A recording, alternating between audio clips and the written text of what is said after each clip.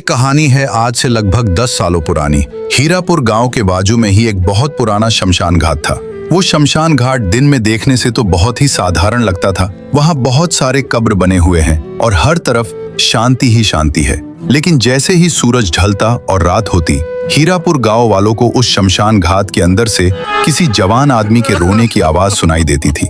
लोगों का मानना था कि ये शमशान घाट साधारण शमशान घाट नहीं है, इसके अंदर भूतों का साया है, क्योंकि पूरी रात उस शमशान घाट के अंदर से रोने की आवाजें आती रहती थी और पूरे हीरापुर गांव में गूंजती थी।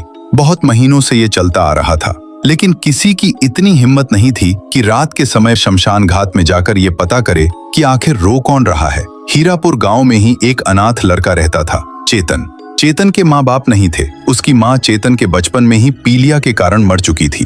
फिर चेतन अपने पापा के साथ रहने लगा, जिनका नाम था बालचंद। लेकिन कुछ महीनों पहले चेतन के पापा किसी कारणवश घर छोड़ के भाग गए थे। चेतन को अभी तक समझ नहीं आया था कि उसके पापा आखिर घर छोड़ के भागे क्यों। चेतन अपना पेट पालने के लिए एक गैराज चलाता था, जिससे उसकी थोड़ी बहुत कमाई हो जाती थी। चेतन हर दिन अपना काम खत्म करके पास वाले शमशान घाट जाता था, क्योंकि उसी शमशान घाट में उसकी माँ की कब्र थी। वो रोज अपनी माँ की कब्र के पास बैठकर रोता था, क्योंकि वो अपनी माँ से बहुत प्यार करता था। उसे अब भी याद था कि कैसे उसकी माँ रोज रात को सोने से पहले चेतन को कहानियां सुनाती थी। लेकिन अब तो वो बेचारी रही भी नहीं। चेतन को अभी तक कहानियां सुनने का शौक था। वो रोज सुबह हीरापुर गांव के बीचों बीच वाले बरगद के पेड़ के नीचे जाता, क्योंकि वहां भुट्टू काका नाम का एक भिखारी रहता था। चेतन की उस भुट्टू भिखारी से बहुत बनती थी, क्योंकि हर दिन भुट्टू काका उसे अलग अलग तरीके की किस्से कहानियां सुनाते थे। कभी हिरन की कहानी, कभी कोई असली में बीती हुई कहानी। इसलिए चेतन भुट्टू काका को बहुत माना करता था। चेतन की जिंदगी बहुत ही अच्छे से बीत रही थी। लेकिन एक शाम की बात है, चेतन अपने गैराज का काम खत्म करके हमेशा की तरह कब्रिस्तान गया। लेकिन उस दिन बहुत लेट हो चुकी थी और बहुत अंधेरा भी था। फिर भी चेतन अपनी माँ के कब्र के पास गया। लेकिन अचानक चेतन को ऐसा महसूस हुआ कि उसके पीछे कोई है। लेकिन उसने जब पीछे देखा तो वहाँ कोई भी नहीं था। शायद ये मेरा वहम है, क्योंकि मेरे अलावा तो इस कब्रिस्तान में कोई नहीं है। तभी चेतन के कानों में किसी के रोने की आवाजें आने लगी। वो बहुत ही परेशान हो गया और इधर उधर देखने लगा, पर उसे कोई नजर नहीं आया। फिर भी पता नहीं कैसे पूरे शमशान घाट में किसी जवान व्यक्ति के रोने की आवाजें गूंज रही थी। तभी अचानक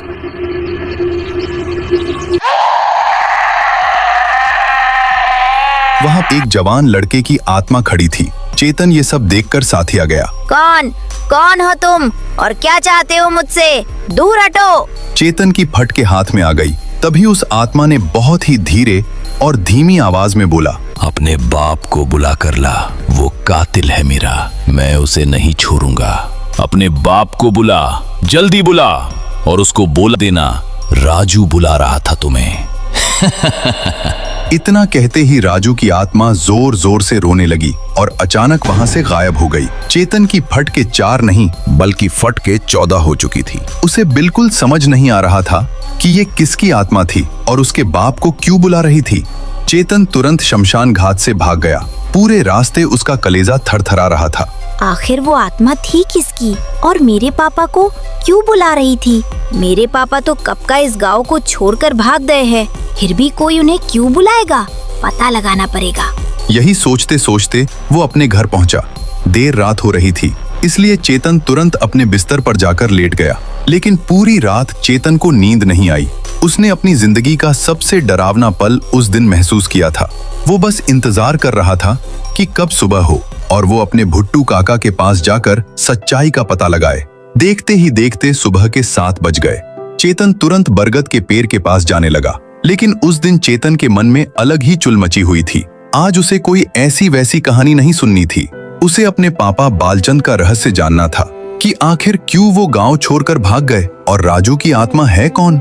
चेतन बरगद के पेड़ के नीचे पहुंचता है और उस भिखारी भुट्टू काका से बोलता है, काका, मुझे आपसे कुछ जानना है। भुट्टू काका बोले, कौन सी बात जानना है बेटे, बताओ। लेकिन इससे पहले तो कभी तुमने ऐसा नहीं बोला था, तो आज क्या हुआ? मुझे अपने पापा के बारे में जानना है कि आखिर कौन सी मजबूरी या फिर वजह थी जो वो इस गांव को छोड़कर चले गए। आपको तो बहुत सी बातें मालूम है, तो ये बात भी मालूम होगा ना? चेतन की बात सुनते ही भुट्टू काका बहुत घबरा गए और बोले, तुम्हें ये बात जानना जरूरी नहीं है चेतन बेटा, क्योंकि वो बातें सुनकर तुम्हें भी बहुत अचंभित होगा। चेतन ने बड़ी उत्सुकता से कहा।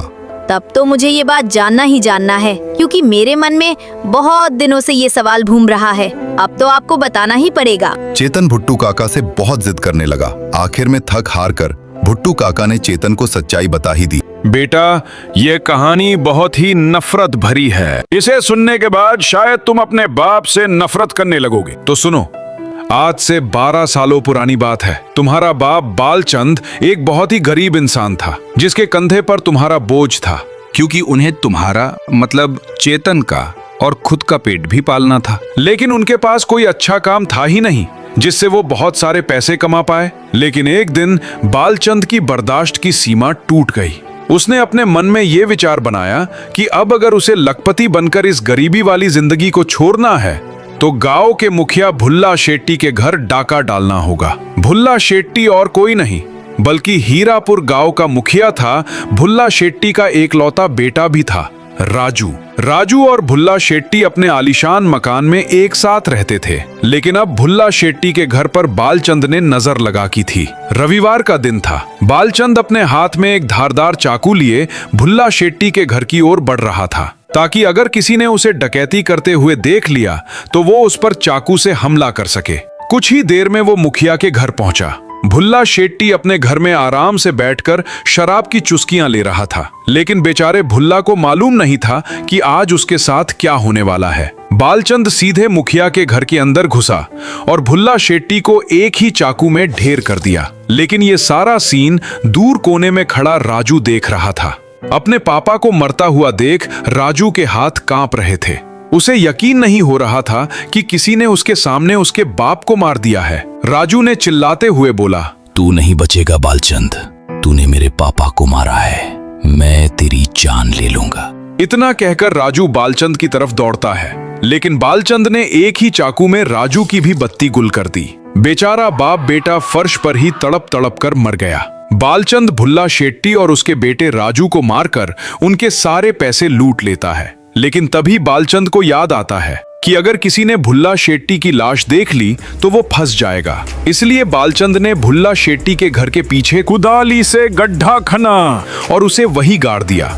लेकिन बालचंद भूल ही गया था कि राजू की लाश घर में पड़ी हुई है। बालचंद पैसे लेकर सीधा अपने घर भाग गया और उन पैसों से ऐश करने लगा। इधर गांव वालों को राजू की लाश मिली। सभी गांव वालों ने बेचारे राजू को पास वाले शमशान घाट में दफन कर दिया। लेकिन उस दिन के बाद राजू की आत्मा जाग गई और पूरे शमशान घाट में घूमने लगी।